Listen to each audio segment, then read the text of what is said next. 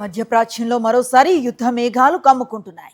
ఇరాన్ను లక్ష్యంగా చేసుకుని America, Israel భారీ స్థాయి వైమానిక దాడులకు సిద్ధం అవుతున్నట్లుగా సంకేతాలు వినిపిస్తున్నాయి. ఇరాన్ ఇంధన మౌలిక వస్తువులపై ఇప్పటివరకు జరగని స్థాయిలో దాడుల ప్రణాళికలకు సిద్ధం అవుతున్నట్లుగా అమెరికా వర్గాల్లో చర్చ జరుగుతోంది. ఈ దాడుల్లో ఇరాన్లో కీలక విద్యుత్ కేంద్రాలు, చమురు శుద్ధి కర్మాగారాలు వంటి వ్యూహాత్మక లక్ష్యాలను ఎంచుకున్నట్లుగా తెలుస్తోంది.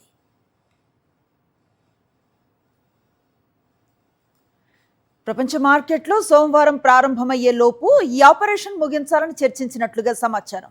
ఇరాన్ ఇంధన సరఫరాలపై దాడులు జరిగితే ప్రపంచ చమురు మార్కెట్లు, ఆర్థిక వ్యవస్థపై తీవ్ర ప్రభావం పడే అవకాశం ఉండటంతో ఈ అంశంపై జాగ్రత్తగా అడుగులు వేస్తున్నట్లుగా తెలుస్తోంది.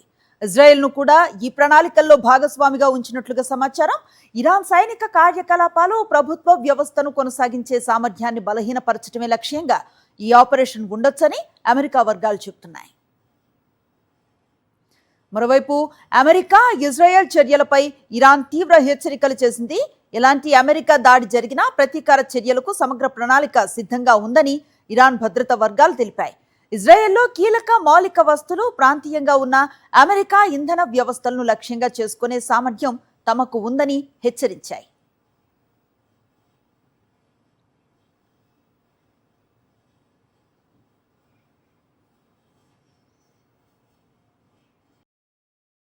మరిన్ని అప్డేట్స్ కోసం ఛానల్ ను సబ్స్క్రైబ్ చేయండి. నోటిఫికేషన్స్ కోసం బెల్ ఐకాన్ పై క్లిక్ చేయండి.